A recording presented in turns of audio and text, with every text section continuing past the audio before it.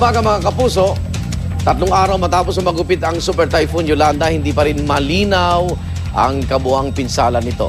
Pero sari-saring kwento po na nakapanlulumo ang nagbibigay mukha sa isang malagim na trahedya. Narito ang report.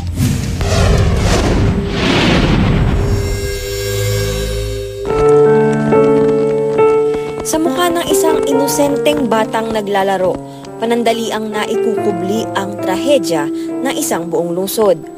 Kung iisipin, ang mga batang ito ang pangunahing mga biktima, bagay na sa murang edad ay hindi pa nila mawari.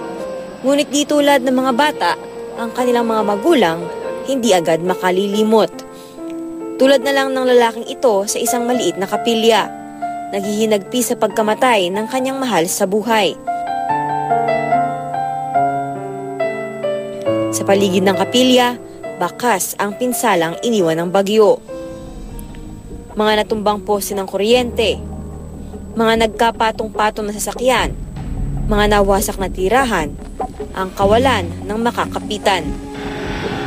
Sa isang sulok, pila-pilang mga residente sa kakarampot na rasyon ng tubig. Wala na rin daw silang makain. Ang iba ay nagtayo muna ng mga tolda para may pansamantalang masilungan. Marami rin ang sugatan. Ang lalaking ito, karga-karga ang isang batang binibigyang lunas.